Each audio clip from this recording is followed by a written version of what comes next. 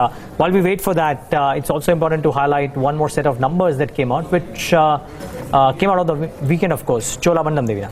Yeah, Chola reported its earnings over the weekend, and while net income saw a rise of close to 30%, asset quality too has improved. Let's discuss the quarter gone by with D. Arulselvan of Chola Investment and Finance. He's joining us right now on the show.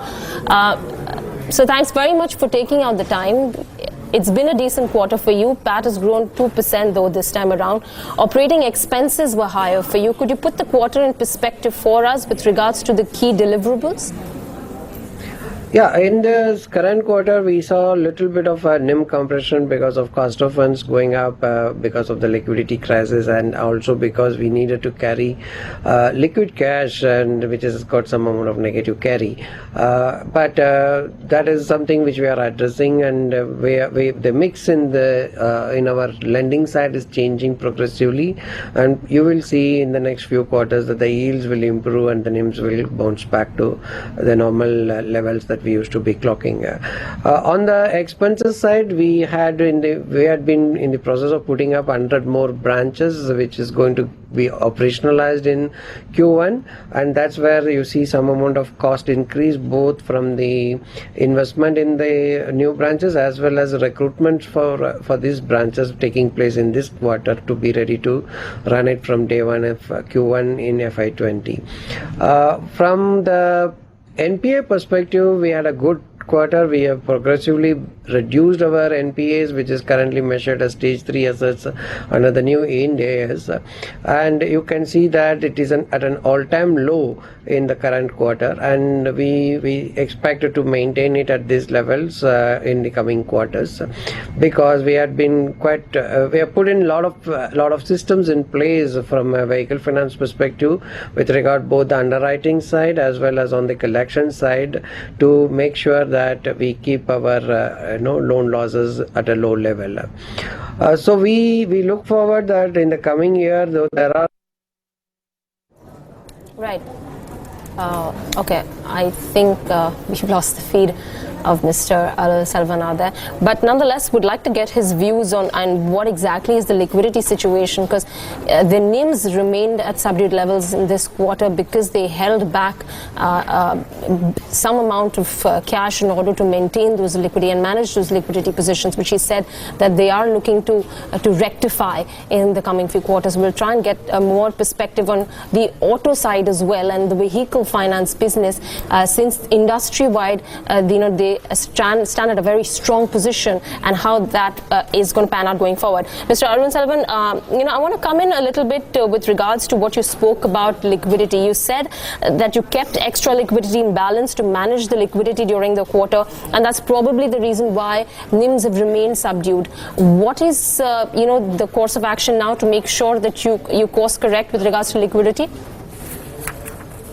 See, we will continue carrying little higher cash levels until the market improves on from a liquidity perspective.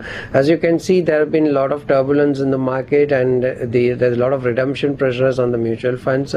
So that has put the availability of quick placements of NCDs or CPs a little bit difficult.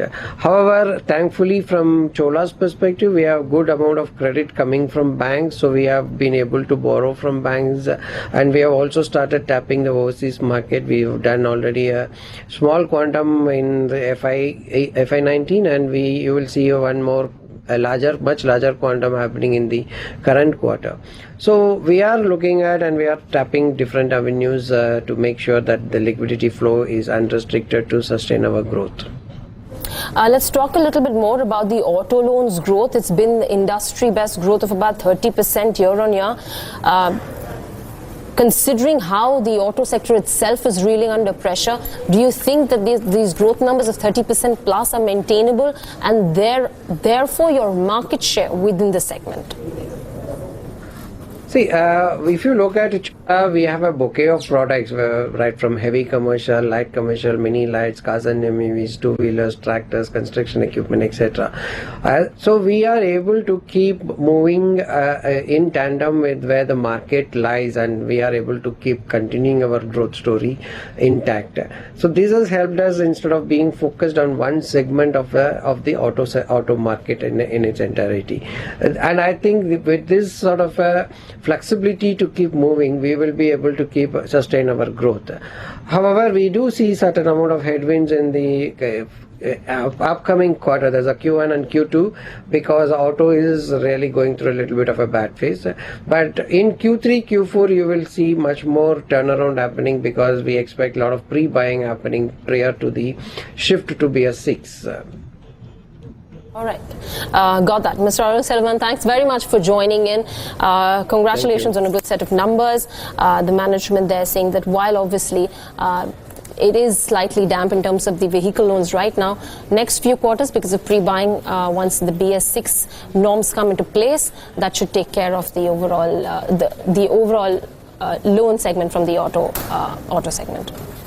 Well, let's wait and watch. Chola came out with a reasonably good set of numbers, and while that is still doing okay, just about 1.5% lower, can't say the same for some of the other NBFCs. Let's talk about that and more with Amar Singh of Angel Broking, joins us right now on the show. Amar, let me cut straight